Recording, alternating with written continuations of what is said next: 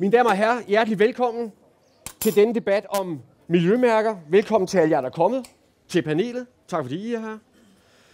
Vi skal tale om miljømærker, om junglen af miljømærker, om hvor forbrugerne er i den jungle, og hvis det er et problem, hvilke løsninger kan vi så finde for forbrugerne og virksomhederne og miljøet. Vi skal tale om noget andet vigtigt. Vi skal tale om fadøl. Grakom, der har inviteret til den debat her, har et fadølsanlæg, og der er 11 fustager tilbage, har jeg lige fået at vide. I er velkomne til i løbet af debatten at tage bagvejen rundt og gå op bagved og hjælpe jer selv. Det gælder også panelet. Så vidt muligt, mens I ikke har ordet selv. Vi vil simpelthen starte med at bede panelet om at fortælle, hvem I er. I har fået 30 sekunder hver til at sige, hvad I hedder, og hvad jeres aktie er i miljømærkedebatten. Carsten, vil du starte? Ja, tak. Jeg repræsenterer... Er der lyd på? Ja. Jeg repræsenterer producenterne i den her sammenhæng, trykkerierne. Ikke fordi trykkerierne de skal spille den store rolle her, for det kunne være hvilken som helst producent af hvilken som helst vare. Men vores aktie i den her miljødebat går jo på, at trykkerierne var meget hurtigt fremme med at bide til bolle på miljømærkerne, specielt Svanen allerede i slutningen af 90'erne, og har senere måttet putte flere og flere mærker på brystet og på tryksagerne, og det er en af aktierne, vi har her. Ikke fordi, at trykkerierne er imod de her miljømærker, slet ikke, men det er nok lige ved at være for meget. Bare den. Jeg hedder Christian Poll, jeg er miljøordfører for Alternativet, det nye grønne parti. Og så har jeg i øvrigt den aktie i miljømærker. Jeg har arbejdet med miljømærker i rigtig mange år. I min tidligere job i Danmarks Naturfredningsforening har jeg siddet i Miljømærkenævnet i mange år, så det er et virkemiddel, jeg kender rigtig godt. Men også som politiker synes jeg selvfølgelig stadigvæk, det er et rigtig interessant virkemiddel at arbejde med og udvikle videre på. Perfekt. Jeg hedder Claus Jørgensen, og jeg kommer fra Forbruger Tænk, hvor jeg lige nu er projektchef i det, der hedder Forbruger Tænk Kemi, og derfor har jeg slips og flot trøje på her. Men jeg sidder også med i Miljømærkenævnet som repræsentant for forbrugerne, og repræsenterer også forbrugerne i forhold til den europæiske blomst, som er det miljømærke, vi alle sammen kender fra Europa af. Og vi har været med faktisk, tror jeg, helt fra starten af, sammen med jer også i DN, og det er et mærke, vi bakker meget op omkring, og det vil vi fremover også gøre. Ja, jeg hedder så Signe Bøjse Farveby, og det er mig, der nu sidder som Danmarks Naturfredningsforenings repræsentant i Miljømærkenævnet, overtaget efter Christian.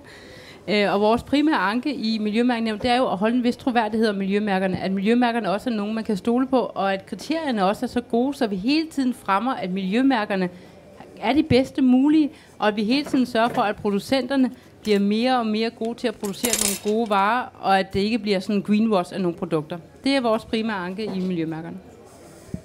Jeg hedder John Norbo, jeg kommer fra Verdensnaturfonden, og min aktie i miljømærkerne, for 20 år siden var jeg embedsmand i Miljøstyrelsen og arbejdede med at få det her nordiske miljømærke Svanen til Danmark og få skabt lovgivningen, som gjorde, at vi kunne få Miljømærkenævnet, som vi så alle sammen har været en del af.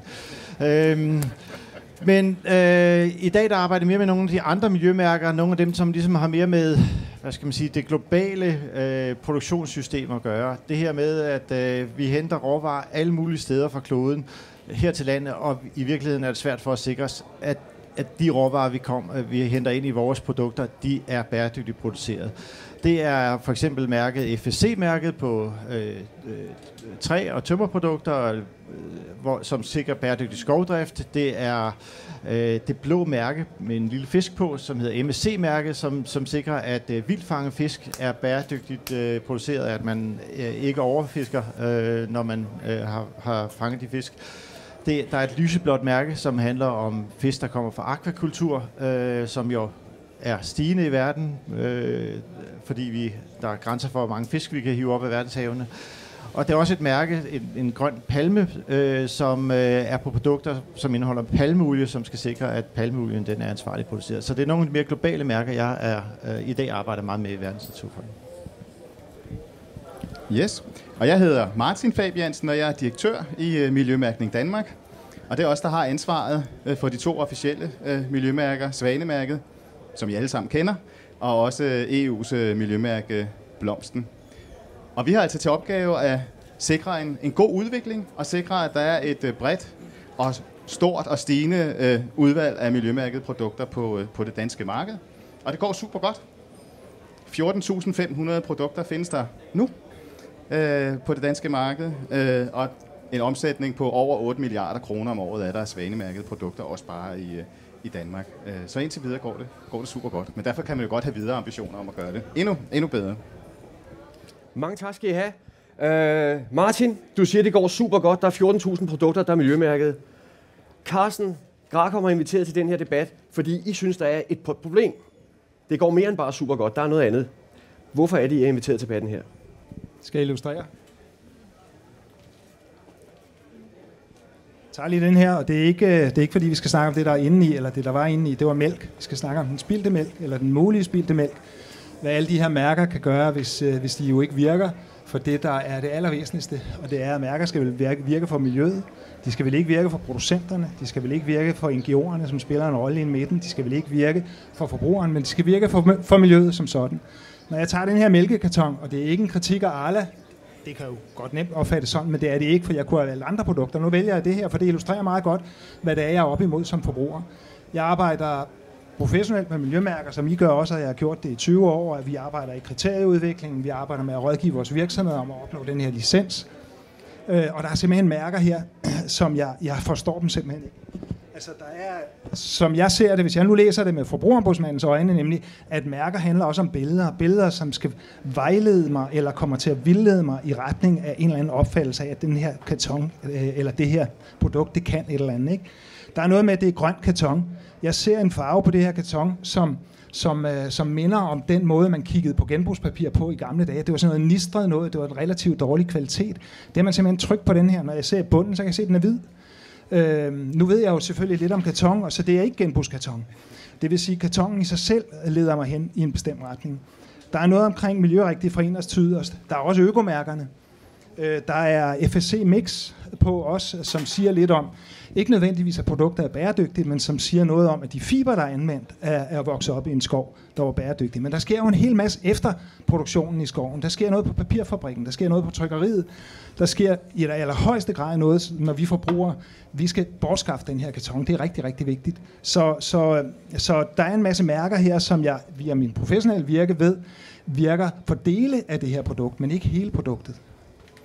Tak for så det. Der er masser af forvirring, og det er grunden til, at vi har sådan meget kort jo, som jeg jo var her, har indkaldt til den her debat. Den vil jeg gerne spørge dig om, Claus. Når du står nede i Netto foran disken med alle disse kartoner, hvad synes du om alle de miljømærker der? Jamen, jeg kan godt følge Carsten et stykke af vejen.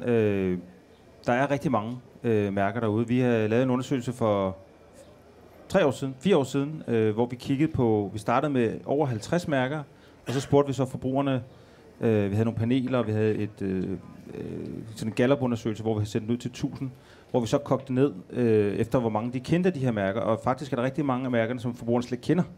Altså nu har jeg taget tallene med faktisk, at vi endte med at teste 40 mærker, grønne mærker, og ud af dem var det faktisk kun 11, der havde en kendskabsgrad over 50%. Hvor 22 ud af dem faktisk lå under 25%. Og det betyder jo, at der er mange mærker derude, og forbrugerne faktisk ikke kender dem, så derfor så kan jeg sagtens, de er lidt i samme situation som dig, Carsten, ikke? De tænker, hvad skal vi bruge alle de mærker til? Det de så gjorde forbrugerne, det var, at de valgte nogle få, og sagde, det er dem, vi ligesom holder øje med, og det er dem, vi går efter. Og der er det så, den røde ø her, det er den her, som forbrugerne kender allerbedst. Det er der hele 99%, der svarede, at de kendte. Så Svanen, den er også deroppe af med, den lå på over 90%, mener jeg. Og så er der Englemark, som Coop sikkert er glad for, ligger helt op på omkring 90%. Fairtrade også, og så nøglehulsmærket, som ikke er på den her. Men så jeg kan godt følge, at der er mange mærker, og forbrugerne kan også godt blive forvirret, men det som forbrugerne gjorde, når vi spurgte dem, det var, at de simpelthen sagde, at vi vælger nogle bestemte at gå efter, og så er det ligesom det, og så lukker de af. Så derfor så kan det godt være, at de bliver forvirret, men det kan også være, at de bare siger, det der, det gider jeg ikke kigge efter, der er ø-mærke på, jeg tager det, og så er det det, de vælger. Så er det jo spil af penge for dem, der skal vedligeholde mærkerne. Signe, synes du, det er et problem, det her, eller kan Naturfredningsforeningen leve med det? Jamen altså, vi arbejder faktisk for, at mange af de her mærker, de bliver så gode, så de indeholder rigtig meget af det, vi synes, de skal indeholde. Lige nu der er der nogen, de vil have et CO2-mærke. Der er nogen, der vil have et cirkulær økonomimærke. Der er alle mulige mærker, som folk vil have, og så står man nede i disken, og så skal man vælge, når vil jeg have det her, fordi det er bedst for CO2'et, vil jeg have det der er økologisk, eller vil jeg have det der er cirkulær økonomi. Det er jo ikke et valg, vi som forbrugere skal tage. Så det er jo vigtigt, at Blomsten og Svanen og så videre, og det ved jeg også, vi arbejder med Blomsten og Svanen, at de er også indtænker for eksempel cirkulær økonomi. De indtænker CO2-forbruget. Og også, at når vi snakker økologi, at vi også arbejder med, kan økologimærket også handle om klima. Altså prøve at få det hele tiden i tale, så det er nogle få mærker, som vi har absolut høj troværdighed omkring og høj tillid til, og det er så dem, som vi som forbrugere skal gå efter. Og så er det jo et mantra, som Alternativet har taget med sig, fordi at det er Christian Poll, der har fundet på det, men nu kan jeg bruge det, fordi han fandt på det, da han var i DN, at det skal være nemmest og billigst at handle bæredygtigt. Så vi kan jo arbejde med det med afgifter, at nogle af de produkter, der har de her mærker på, de skal selvfølgelig være billigere end dem, der ikke har mærker på. Så der er jo masser af instrumenter, man kan gøre for at fremme, at folk køber det, og det er de rigtige mærker, de går efter. Dem, som der er høj troværdighed. Altså det her, det er jo også bare noget, Arla har fundet på. Det er jo bare noget, der er jo ikke nogen krav om, at det skulle være grå, det her. Det er jo Arla, man skal tage den dialog med, hvis man er sur over, at de har lavet den grå. Ja. Christian, det må du svare på. Er det blevet nemt? Nej. At være bæredygtig? Det er overhovedet ikke nemt. Ja, og jeg vil sige, den her er, som Carsten også fremhæver, plastret til med alle mulige signaler, og det vil sige, forbrugerombudsmanden, den foregående forbrugerombudsmand, lavede i 2010 et rigtig godt stykke arbejde, hvor der var helt vildt mange aktører med indenover, til at blive enige om, hvordan vi skal forstå det der med miljø. Og der er det jo sådan, at det er det samlede indtryk, som tæller, som du også siger, Carsten. Altså, man kan ikke tillade sig at bruge et eller andet visuelt, som får folk til at tænke, det må være miljørigtigt. Det er ikke en gratis omgang. Det er også et signal. Og når man her bruger et ord som miljørigtigt fra inderst til yderst, den er rigtig svær at dokumentere. Altså den vil jeg da sige, at det er egentlig på kanten. Fordi ja, noget af det er miljørigtigt. Der er taget nogle gode valg på noget af det. Men fra inderst til yderst, det er sådan ligesom det hele. Det udtrykker, at her er tale om det hele. Og der er rigtig mange, har jeg indtryk af, der bevæger sig lige på kanten af, hvad der egentlig er i orden her. Og det, som forbrugerne bør og kan, synes jeg, det er at vælge netop nogle få brede mærker ud, som man kan gå efter, og som er tredjeparts certificeret, det der hedder type 1-mærker. Men nu bliver det lidt nørdet. Men det er Svanen og Blomsten jo. Tak for det, Christian. Vi har John, Martin, Claus, og så skal I tænke over, hvad I har at spørge om, og hvad I har at kommentere meninger, fordi I kommer bagefter de tre ærede talere nu. John, hvad mener du? Jamen, jeg mener selvfølgelig, som de andre, at det er da et problem.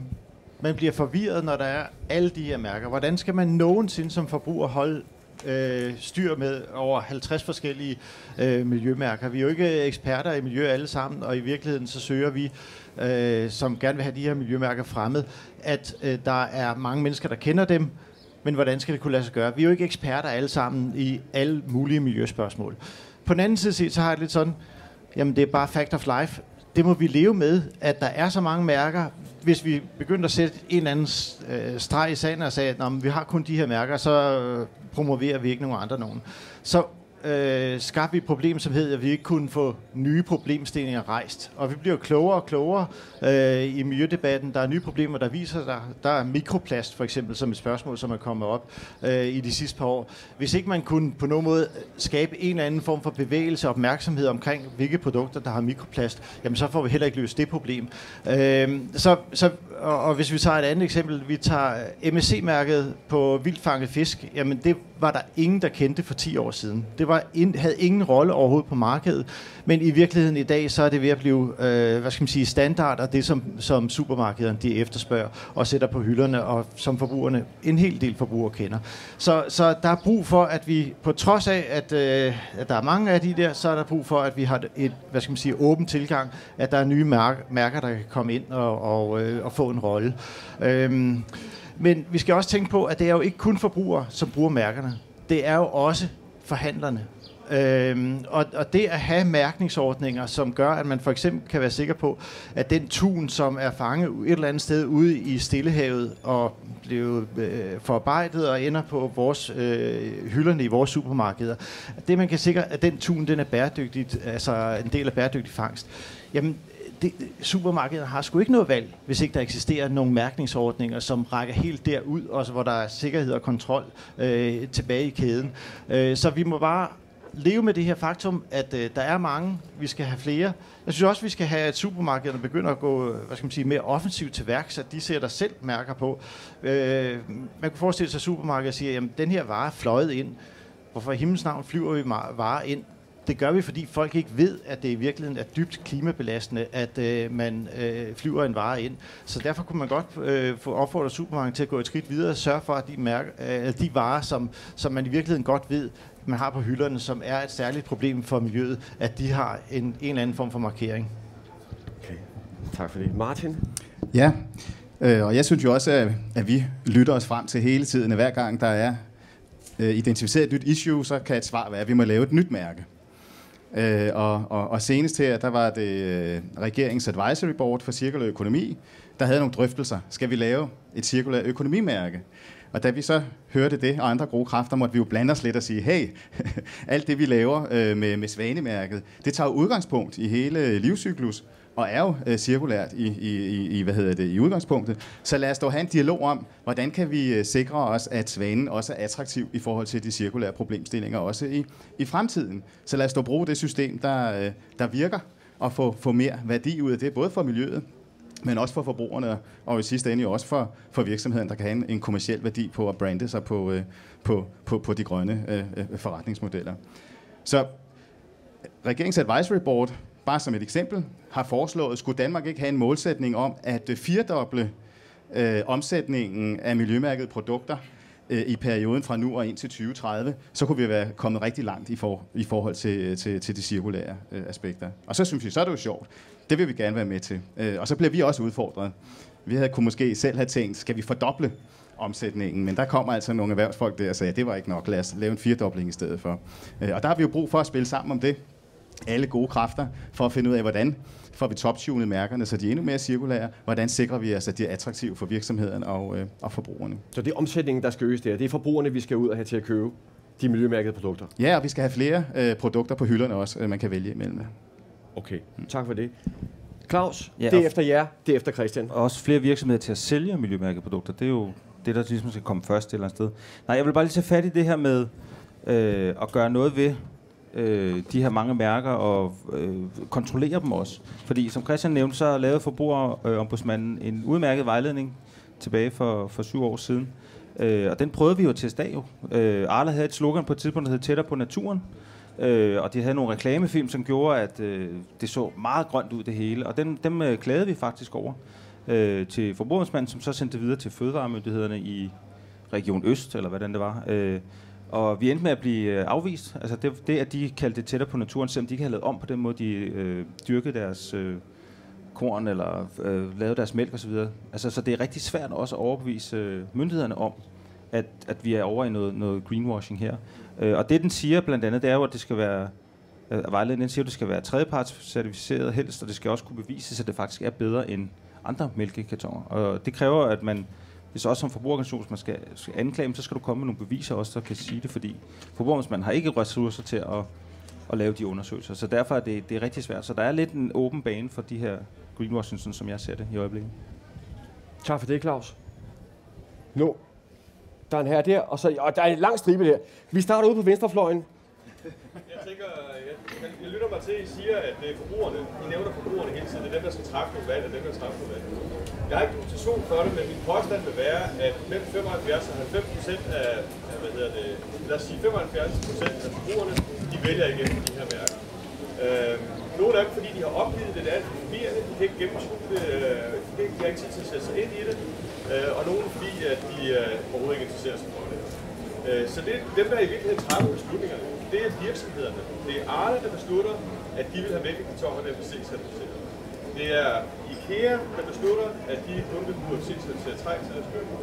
Og det er, Coop, der har besluttet, at de vil markedsføre Englemark. Så det i virkeligheden, så er det jo sådan lidt, jeg synes, det lyder lidt flot at sige, at det er forbrugerne, der skal vælge.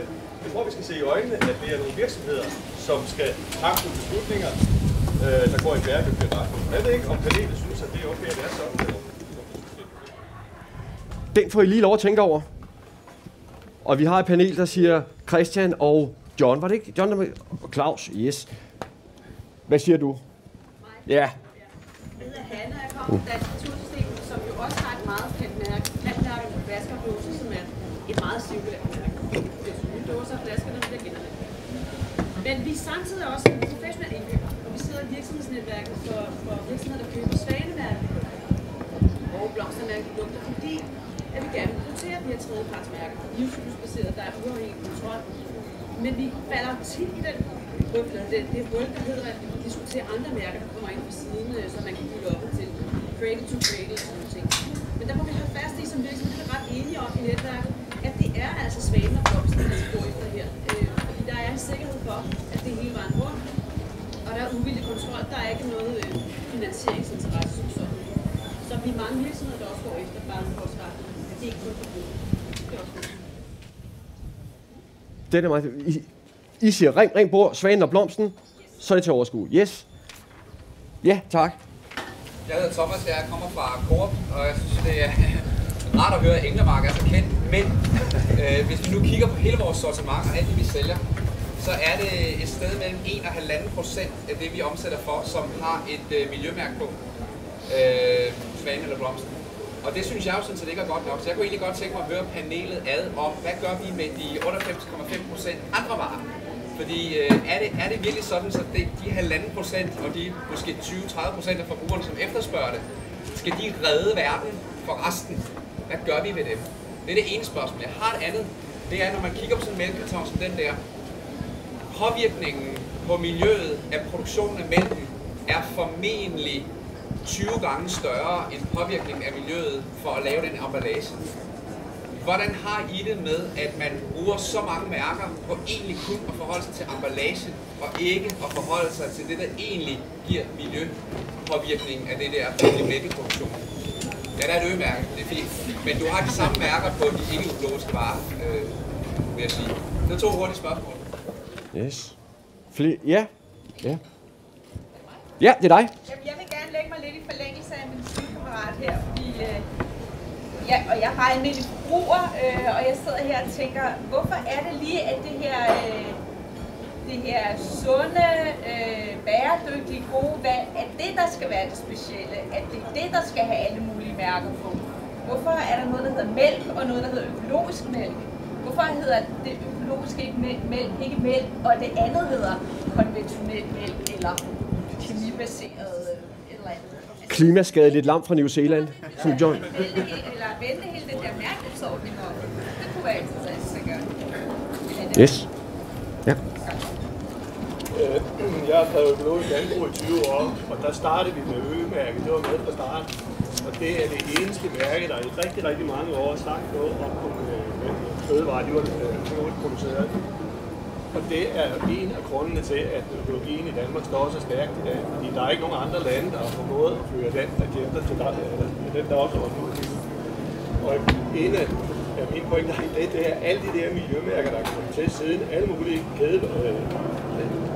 dagligvarekæder, de prøver at markedsføre sig selv med nye mærker, fordi de skal lige give et twist til den der både med økologien og med alt muligt andet. Og det er kun med til at bryde og billigt. Og det gør også, at som der blev sagt, det er 1,5%, der bliver stort på folk, ved hvad de køber.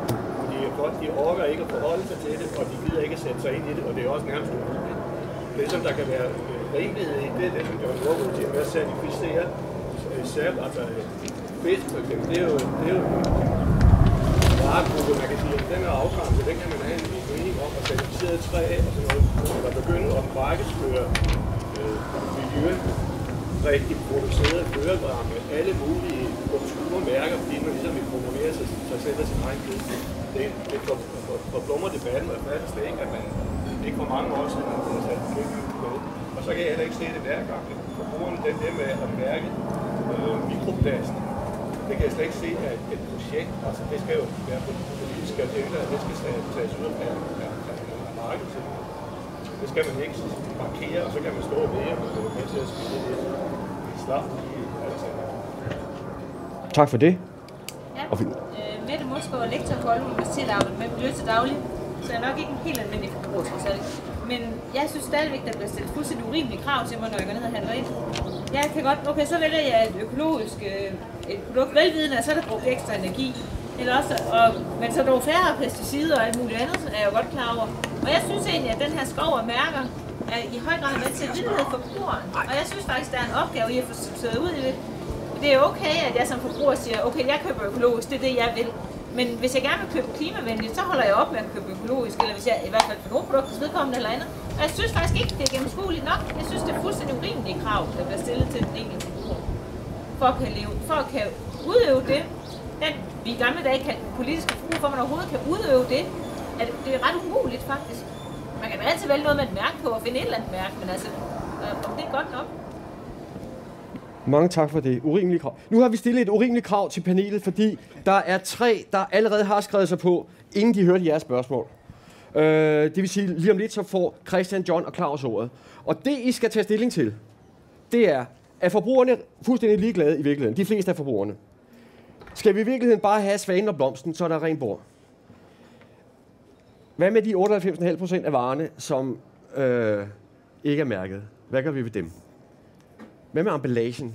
Giver det mening, at man miljømærker en emballage, hvis indholdet er et virkelig miljøproblem? Hvad med omvendt miljømærkning? Du er også inde på den, John. Skal vi derhen og sige, det der ikke er mærket, det er det gode. Og så mærker vi efter, hvor skadelige tingene er. Og til sidst bliver der stillet urimelige krav til forbrugerne i alt det her. I kan selv vælge jeres spørgsmål. Der er frit slag. Christian begynder. Tak. Ja, ja, det er helt urimelige krav, vi stiller til forbrugerne, fordi i den bedste verdener, der burde det jo være sådan, at vi slet ikke behøvede miljømærker. Fordi så havde vi hele tiden justeret lovgivningen, sådan at de ting, vi bekymrer os om, dem kan vi selvfølgelig ikke finde i vores produkter. De bliver udfaset ret hurtigt. Men den mekanisme tager tid.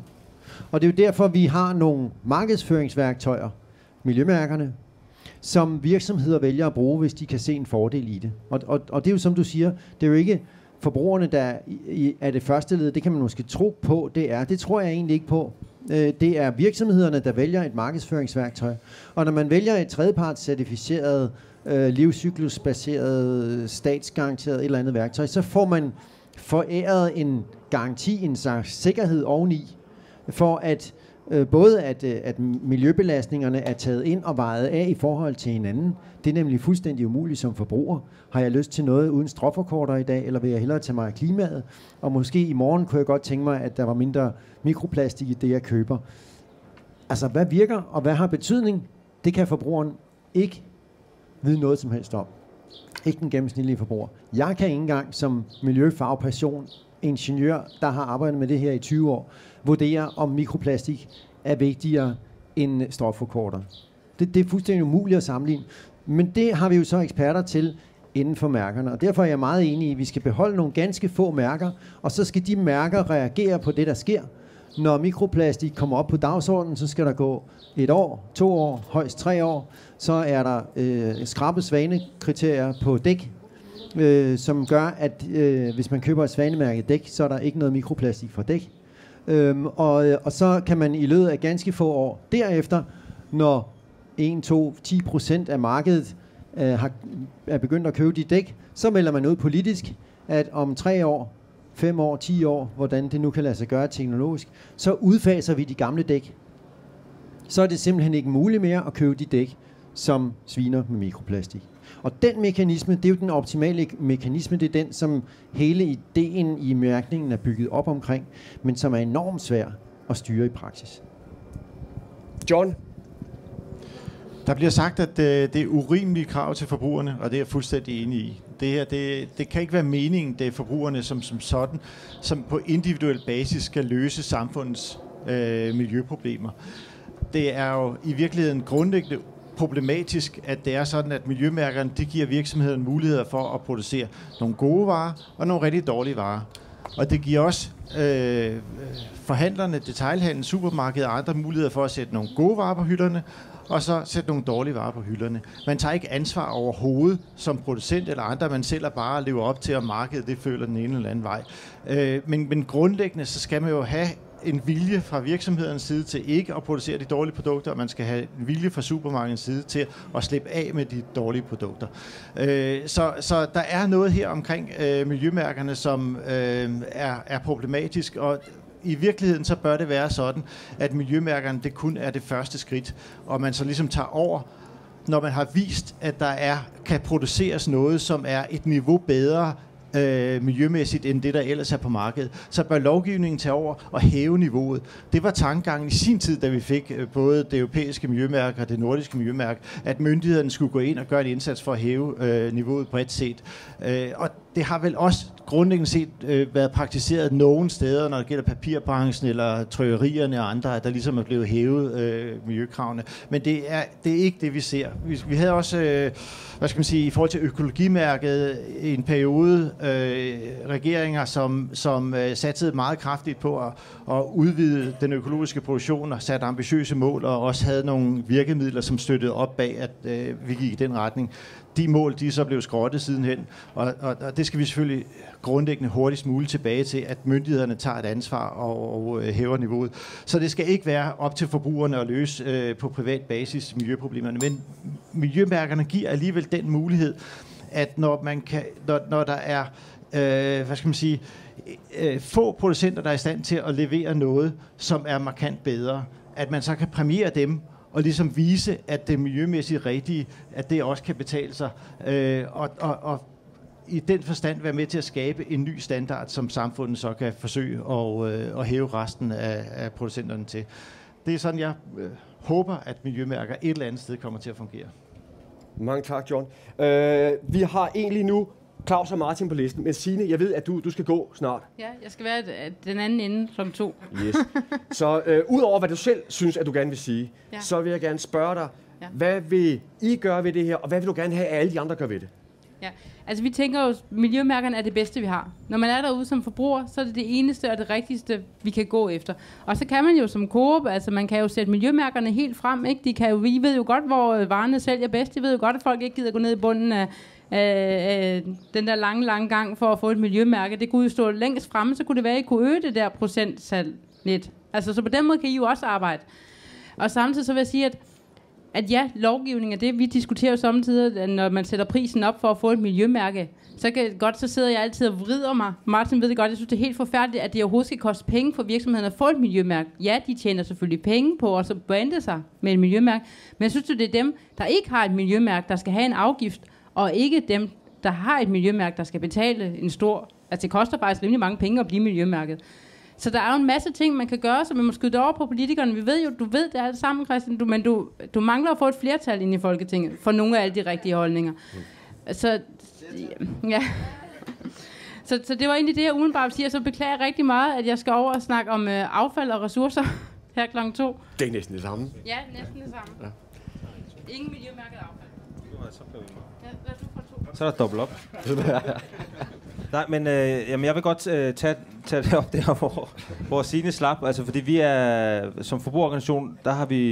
Man kan sige, vi har prøvet at gøre det nemmere for forbrugerne. Vi har valgt 10 mærker, hvor vi sagt, hvis I går efter de her 10 mærker, så er I godt på vej. Og det er jo lidt for ligesom at sige til dem, at så kan I glemme alle de andre 40 eller 50 eller 100, hvor mange der er. Men så vil jeg også godt skyde på, måske ikke så meget på Christian, men på hans kollegaer, som sidder inde på Christiansborg, fordi de er altså ikke villige til at gøre noget ved det her. Og der i EU har der været snak om at lukke ned for miljømærket, altså EU's miljømærke. Det overlevede så, men det er ikke noget, der er højt på dagsordenen. Det er markedskræfterne, der skal styre det hele. Og derfor så er det i sidste ende politikerne, der skal tage den der beslutning om, hvordan skal vi gøre det her fremadrettet. Og indtil da, så gør vi jo det som forbrugerrådsorganisation, at vi hjælper forbrugerne. Butikkerne kan gøre mere ved at sørge for at efterspørge miljømærkede varer og få dem derud i butikkerne. Og så er vi helt på linje, altså det her med, hvorfor det skal være dyrt at være grøn, det er jo den omvendte forurener betaler et eller andet sted, ikke? Altså man betaler for at lade være med at forurene, og det er jo et eller andet sted gag, og det er det, vi gerne vil have politikerne på Christiansborg til at gøre noget ved. Tak for det. Martin? Du fik et forslag om, at det kun var blomsten og miljømærken, der skulle være... Blomsten og svanen, der skulle være tilbage. Ja, jeg synes i hvert fald, altså, at der, hvor der er en efterspørgsel på, at Svanemærket og EU-blomstmærket kan være den rigtige løsning, der står vi klar til at kigge på kriterierne. Men det er bare vigtigt for os, at der skal være en efterspørgsel. Vi laver ikke noget hen i et hjørne, som ikke bliver brugt til noget. Og derudover, så tænker jeg, det var værd at fremhæve. Der sker altså også nu en bevægelse i efterspørgselen af miljømærkede produkter. Der er mange flere forbrugere, der kigger efter mærkerne, når de handler, og det gør mange af jer sikkert også, men vi er oppe på, at 60% af dem, der handler i supermarkederne, kigger efter Svanemærket. Så man er altså begyndt i højere grad at navigere, så mange har aldrig brugt det som navigation tidligere. Og samtidig er der mange virksomheder, som også inkorporerer miljømærket indkøb i deres indkøbspolitikker, og de driver også en stor efterspørgsel der. Og endelig er der hele den offentlige sektor, som nu også har fået lov, kvæg en ny udbudslov til, at kræve miljømærkede produkter. Så jeg tror altså, der vil inden for de næste par år, der vil ske rigtig meget på markedet her. Og så er det jo vigtigt, at vi sikrer selvfølgelig, at der er et stort udbud, så der er noget at vælge imellem, når forbrugerne står nede i butikken. Og det er jo også noget, vi snakker med Coop og med de andre detailhandelskæder om. Hvordan kan vi sikre os, at der er den reelle valgmulighed, når man står nede i butikken. Og der sker også en masse spændende ting lige nu og her. Tak for det, Martin. Carsten, du har bedt om ordet, så er det jer bagefter. Sidste chance for, at I kan sige, hvad I mener. Og så er der folkemøde bagefter, hvor I kan sige, hvad I mener, ikke også? Men altså i den her debat. Og Christian, så får du ordet efter folket. Ja. De trykkerier, jeg repræsenterer, de er ikke bange for regulering. Regulering er bare problematisk, som Christian siger. Og det er den ikke mindst. Jeg kan bare give 2 eksempler. EU har en tømmerlovgivning, der skal sikre, at der ikke tages træ- eller træbaserede produkter og det papir ind over grænserne til EU, som kommer fra ulovlig skovhugst. Hvis man er så smart, at man smører farve på papiret, før man importerer det, så er det en bog. Så det virker ikke. Så hvis vi ikke har miljømærker, hvor vi kan sætte det i, eksempelvis det er derfor, at FSC kommer i. FSC kunne indarbejdes i Svanen, for det er jo kun en del af produktets bæredygtighed ude i skovene, som jeg sagde til at starte med. Ikke? EU's kemikalielovgivning virker lidt på samme måde. Der er simpelthen produkter, der kommer ind, hvor der er anvendt stoffer, som man ikke kan bruge, når man er virksomhed i Europa. Og det er så okay, hvis det så regulerer den del, som påvirker os forbrugere med miljøet i centrum, der i nærmiljøet, hvor vi bor, ikke? Men jeg tror ikke på det. Jeg tror, at miljømærker, de rigtige miljømærker, kan være med til at regulere. Vi har i hvert fald set det i grafisk branche. Der findes faktisk ikke nærmest farver i omløb i trykkerierne i Danmark, som ikke er det er i hvert fald en meget stor andel, som ikke er godkendt til Svanemærket. Det kan godt være, at de bruges i virksomheder, der ikke har licens til at Svanemærke tryksager, men de køber de samme farver. De her miljømærker, de virker. De virker på en måde, som er rigtig godt, og de virker over grænserne. Og varer flyder rundt i hele verden i dag. Og det er ikke et piv for små trykkerier i Danmark, som bare må blive bedre til at klare sig i konkurrencen. Men man spiller hasard med miljøet her. Altså, det er sådan, at der er for meget uro, der er for meget støj i kommunikationen mellem producenter og forbrugere, fordi der kommer alt for mange private mærkeejere. Vi får, der var et enkelt, det var Signe, der sagde, hvad vi kan imødese af mærker og cirkulære mærker. Men vi kan også imødese måske et bionedbrydelighedsmærke. Der var nogle studerende, som fik lov at få deres projekt præsenteret i Ingeniøren, tror jeg nok, for nylig, omkring et kriterie, de havde arbejdet med for bionedbrydelighed. Jamen, bionedbrydelighed, det er jo meget positivt. Så har vi et match. Hvis det stod på produktet, så har vi et match mellem mig som forbruger og et ord, jeg godt kan lide, og noget, jeg synes, der er godt. Men hvis det kommer på en tryksag, for eksempel, er det så relevant? Vi ved, at hele miljøværdien gemmer sig i fiberne, og det skal ikke bionedbrydes og blive til metan eller andre ting. Det skal recirkuleres. Det skal ind og blive til nye aviser eller nye emballage. Og jeg kunne pege på flere mærker, og jeg kunne pege på flere sætninger, også i den der karton, fordi jeg startede selvfølgelig med at sige, at der var nogle af dem, jeg ikke forstod. Og så var det sådan på min tekniske tilgang, jeg ikke forstod det. Jeg forstår for eksempel ikke, at der står, at den er 20% mere energirigtig i forhold til hvad? Den sidste karton, eller konkurrenterne, eller hvad, ikke? Så jeg forstår jo godt at oversætte min kritik af mærkerne, men det jeg ville med det var bare, at jeg forstod ikke, hvordan det hang sammen med produktet. Men som sagt, jeg vil lige slutte med at sige, at der er jo mærker, vi har brug for. Der er mærker, der bruges i det, der hedder business-to-business-led. FSC er et rigtig godt mærke for et trykkeri at stille krav til et meget væsentligt råvare, nemlig papiret. Det betyder ikke nødvendigvis, at FSC skal komme på det færdige produkt. Det mærke, vi synes, der skal på det færdige produkt, det er det mærke, som siger noget om at der er taget væsentlige krav i agt, så at sige, af producenten i hele livscyklus, som går bagud i kæden, ikke? Og det gør Svanen og Blomsten langt hen ad vejen. Så det er den iboende metode, det er livscyklustankegangen, som er interessant, ikke, for os. Og så naturligvis det Martin nævnte også til sidst, nemlig at det er et mærke, som vi alle sammen har en aktie i, som er underlagt nogle høringskriterier, en forvaltningslov, og som er overvåget. Og jeg kan bare sige selv, vi har selv lavet noget, der kunne ligne et mærke, et klimamærke, en beregning af tryksager og papir. Så vi er også nogle af banditterne her, ikke? Det vil vi gerne indrømme, og vi vil gerne trække os tilbage og sige, jamen det kan blive et hjælpeinstrument, som underbygger, hvordan man lever op til krav i det her samlede, overordnede modermærke, vores allesammens modermærke, Svanen eller Blomsten. Tak. Må jeg få dit mikrofon? Tak for det, Carsten. Se, det er sådan, at alt hvad I siger, det bliver optaget og brugt imod EU, Folketinget, alt muligt. Og du har bedt om ordet. Det får du en mikrofon til. Tak for det. Jeg hedder Lars Ludvigsen. Jeg er ved at skrive en bog om mærker. Der er en ting, jeg synes lige skulle berigtiges. Det var dig, der sagde noget om, at forbrugere ikke kan forstå mærker. Martin Fabiansen var lige ved at svare på det. Det er sådan, der blev lavet 2 undersøgelser i slutningen af 16, en europæisk og en dansk. Og de viser, der spørger man folk, om de bruger mærker i indkøbssituationen. Vi ved jo selvfølgelig godt, at der kan være forskel på det, man siger, man gør, og hvad der så sker i virkeligheden. Men undersøgelserne, de viser det samme. Den danske undersøgelse viser, at 69% af forbrugerne bruger mærker som en del af deres beslutningsproces. Og den europæiske undersøgelse viser 71%. Og de bliver målt op imod tilliden til virksomheder, som er meget lav, og den er sådan nedadgående. Der viser den, at den er 6%. Altså tilliden til virksomhedernes troværdighed, eller man kan regne med, hvad de siger, den er altså nedadgående. Den er 6% i år eller sidste år, og før det var den 8% i en tilsvarende undersøgelse.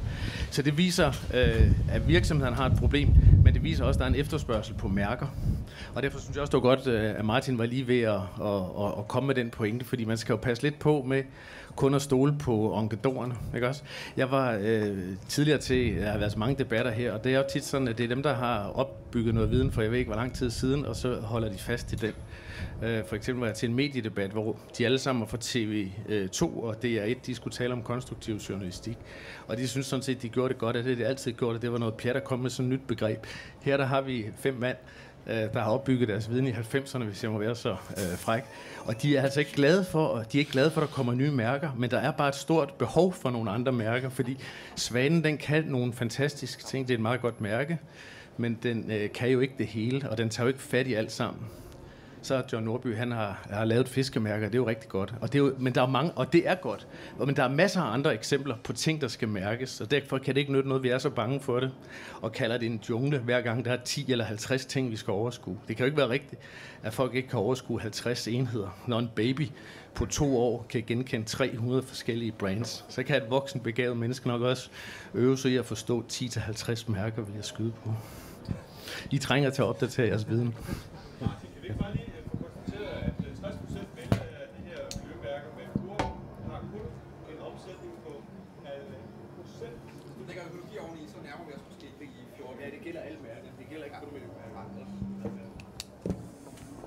Okay. Måske er problemet, at de her har opbygget deres viden i 90'erne, ikke også? Vi har jo lovet, at vi slutter debatten kl. 2. Det er også løgn, fordi alle, der har lyst til at blive her og drikke fadøl og tale om det her, er velkomne. Officielt slutter debatten nu. Det vil sige, at det, der starter, er panelets afslutningsrunde, hvor I får lov til dels at kommentere den med, at jeres viden er 20-30 år gammel.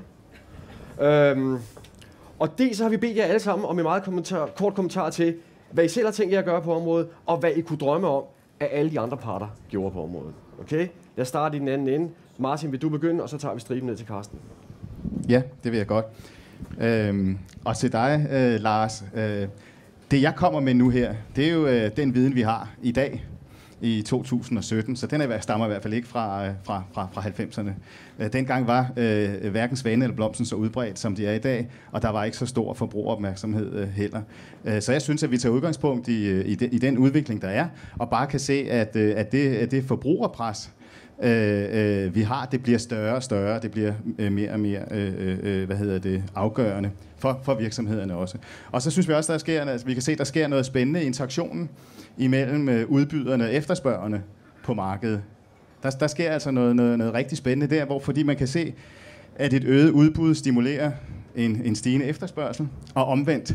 Så der vi har altså gang i noget her. Markedsmekanismerne er begyndt at virke her inden for det grønne område.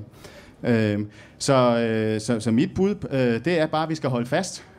Og nu repræsenterer jeg jo Svanemærket og EU-blomsten, og vi vil jo gøre vores til at sikre, at de er attraktive i det marked, vi har, og vi får lagt en god portion ekstra grøn energi ovene i den lovgivning, vi i forvejen har.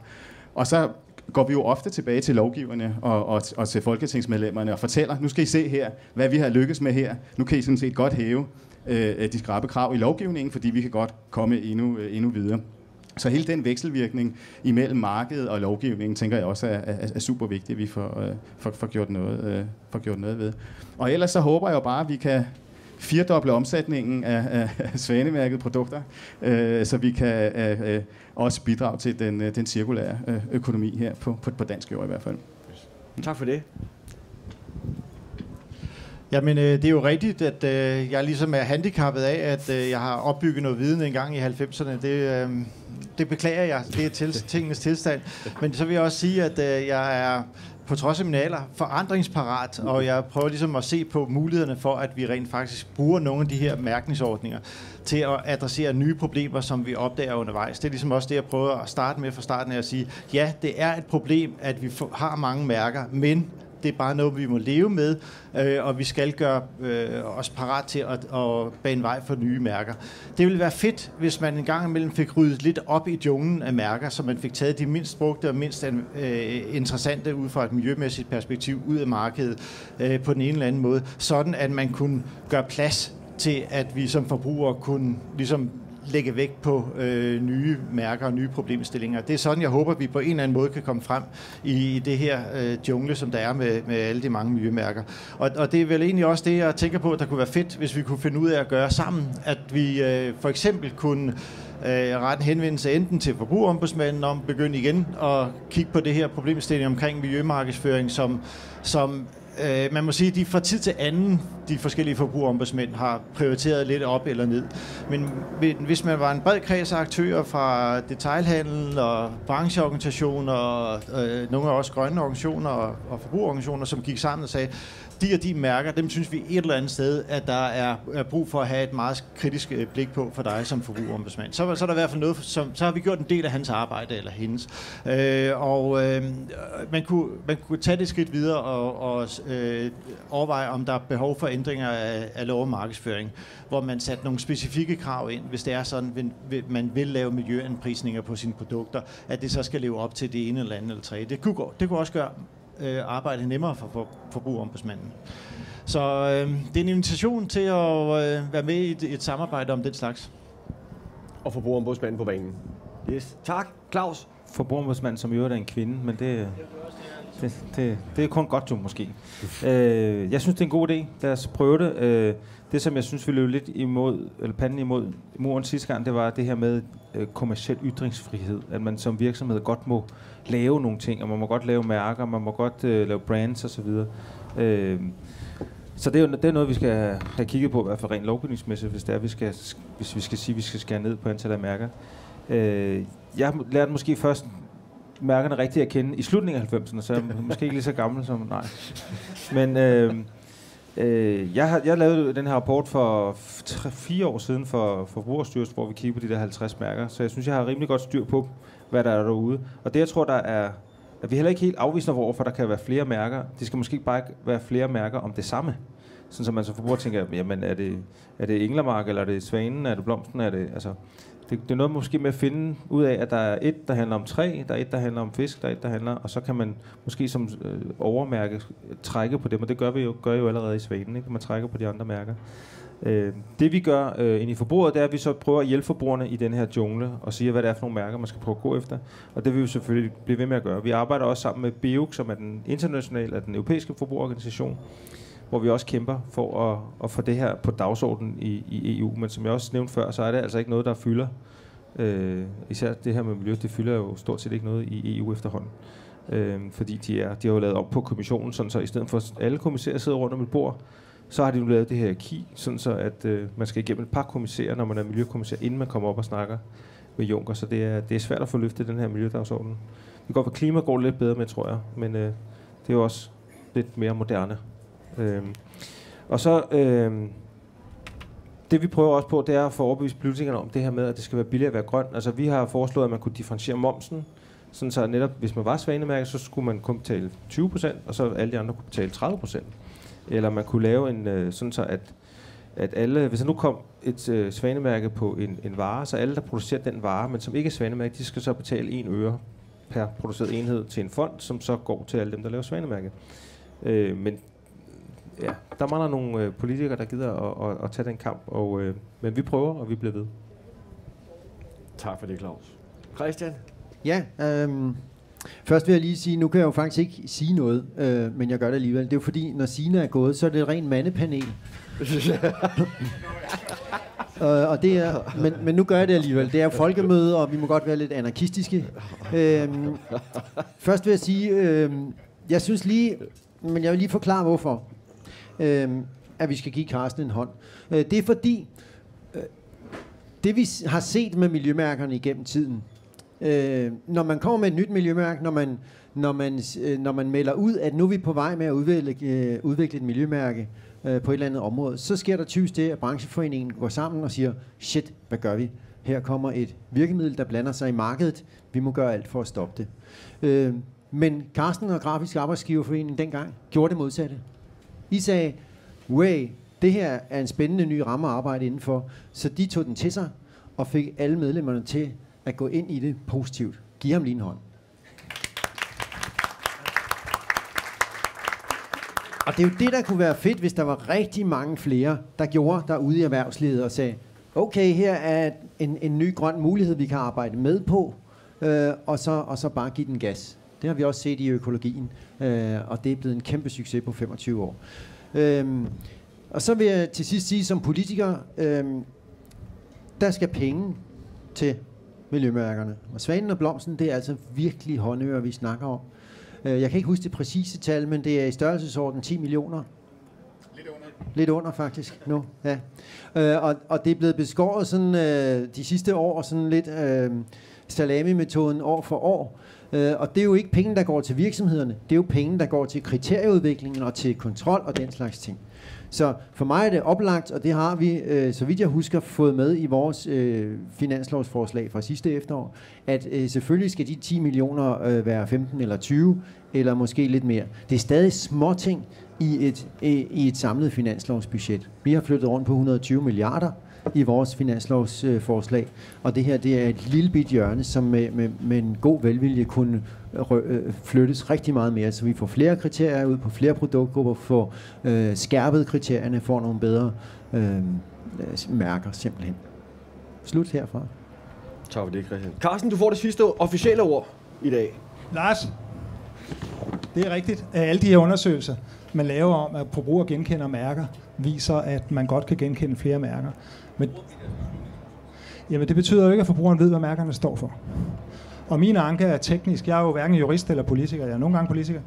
Jeg er tit politiker. Men hvis man kigger på den fra den tekniske side, så er det jo rigtig vigtigt, at man får det, man betaler for. Det er jo klart, altså det behøver jeg ikke argumentere ret længe for, at udgifter, der pålægges en virksomhed, de havner på et eller andet tidspunkt på forbrugerens skulder, ikke? Det gør de, ellers så dør virksomheden. Så et eller andet sted skal der jo laves en afregning på produktet. Så får man solgt de her produkter, og hvis man fortrænger andre produkter med dyre markedsføringsbudgetter og kreative reklamebureauer og slogan og andre ting, og får også forbrugere til at købe produktet, så fortrænger man jo andre produkter, som dybest set kunne være produceret mere miljørigtigt. Og det er jo ikke miljøets interesse, det er jo heller ikke i vores interesse. Og så skal jeg lige sige, før vi skal have Kleenexen frem, jeg repræsenterer også en branche, som ser nogle forretningsmæssige muligheder i det her. Det er da rigtig nok, vi deler æren med virksomheden, det gør vi altid, fordi det her kunne jo ikke lade sig gøre, bare fordi brancheforeningen siger det. Det er jo fordi, vi har nogle virksomheder, som er gået med på det her. Ikke? Men nu ser vi jo der er løbet meget vand i åen siden. Det er rigtigt, jeg har også min viden fra 90'erne, måske også lidt i 2000, fordi jeg er jo lige pludselig blevet en af de ældre i organisationen, og der er jo rigtig mange unge, der hjælper mig med den her pædagogiske udvikling, det er at sige, det har vi altid gjort, og det har vi prøvet og sådan noget. Ikke? Så jeg vil sige, jeg tror, vi udvikler os lidt, men i hvert fald har verden udviklet sig, og selv den mindste bogtrykker i Nørre Snede er blevet global, fordi kunderne har en mulighed for at tage tilbud i Bangladesh, Indien, Kina, og de gør det selv på små opgaver, og nu gør man det også på alt muligt andet end papir, e-bøger også eksempelvis. Så der er også en mulighed for, hvis vi det er måske lidt teoretisk i øjeblikket, men hvis man kunne finde et verdensmærke, gå efter et eller andet, der baserer sig på UN Global Compact CSR-standard, eller blomsten er der jo trods alt europæisk, ikke? En eller anden fælles standard, så vil vi som lille land kunne se, at vi også kan belønne vores virksomheder for at gå i den her retning. Og det er jo et godt incitament at have som virksomhed, at man kan sælge sine varer. Mange tak skal du have, Carsten. Tak til jer alle sammen. Og tak til jer, fordi I kom og stillede spørgsmål og var med. Og der er mere øl deroppe. Bliv her og hygge. Men jeg vil lige sige, at vi tager imod tilbud om, at vi vil meget gerne være med i sådan en benchmark-proces. Vi kunne jo tage et enkelt møde først og sætte os ned og lave et skema og sætte de her systemer op mod hinanden, og så se, hvordan spiller de ind i livscyklusprocessen. Det vil vi super gerne være med til. Så fik vi lige pludselig noget at gå videre med. Yes, tak skal I have.